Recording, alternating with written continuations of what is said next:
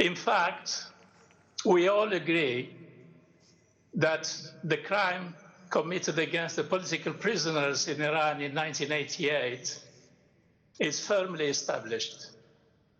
It's well documented, and all parties concerned have been informed. The United Nations, with all the relevant institutions, have been informed and have been receiving documentations on this issue. I was rather disappointed when, following the progress made at the United Nations. If you remember,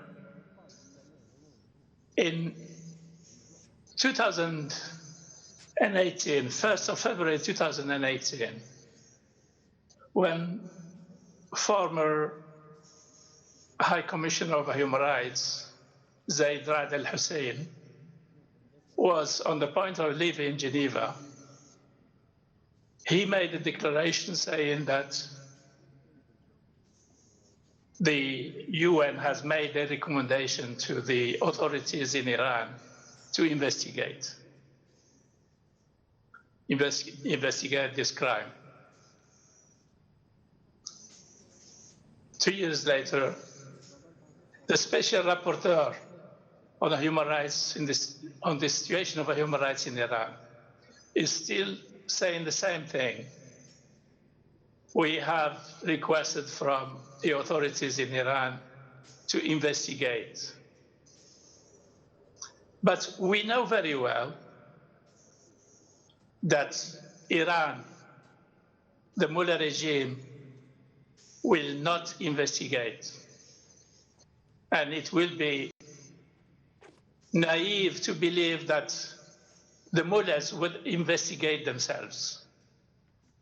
So let's address this message to the United Nations to warn them that enough is enough. The Iranian regime will not investigate its own crimes. But I must also underline the fact that since 2015, at the launch of this campaign related to the massacre of the political prisoners, we have come a long way. And the United Nations is nowadays very aware of what happened in the summer of 1988 in Iran. I know that Mr. Robinson was more optimistic than me when saying that after Corona things will change. I hope so, they will eventually change. But I would like to say that we will not wait till Corona disappears to take action. The crime is already there. Everybody could see it. The United Nations is aware of it. And it must not leave room for impunity. And impunity so far has emboldened the Iranian authorities. They kept committing crimes. And this is why Amnesty refers to it as an ongoing crime against humanity.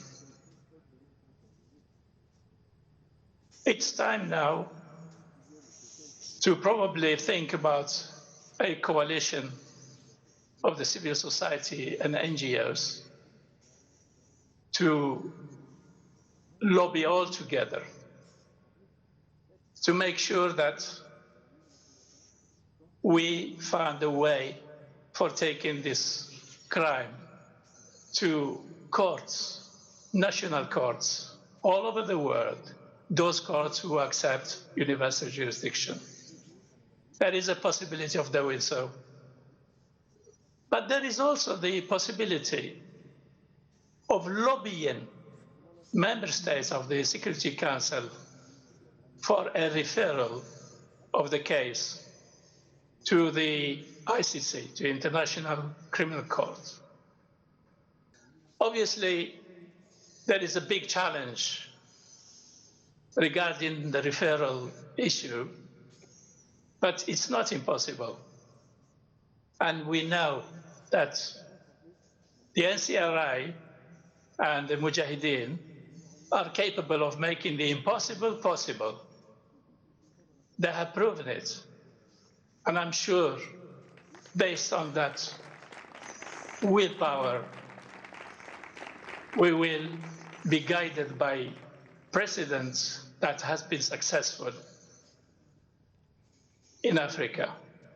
You know very well that General Hassan al-Bashir of Sudan is today in prison. He will soon be sent to the ICC. There are other cases that we could be guided by. Hassan Habre in Senegal is in prison serving life imprisonment, thanks to an action taken by NGOs. So there are possibilities. We will continue our work within JVMI, Justice for the Victims of the 1988 Massacre.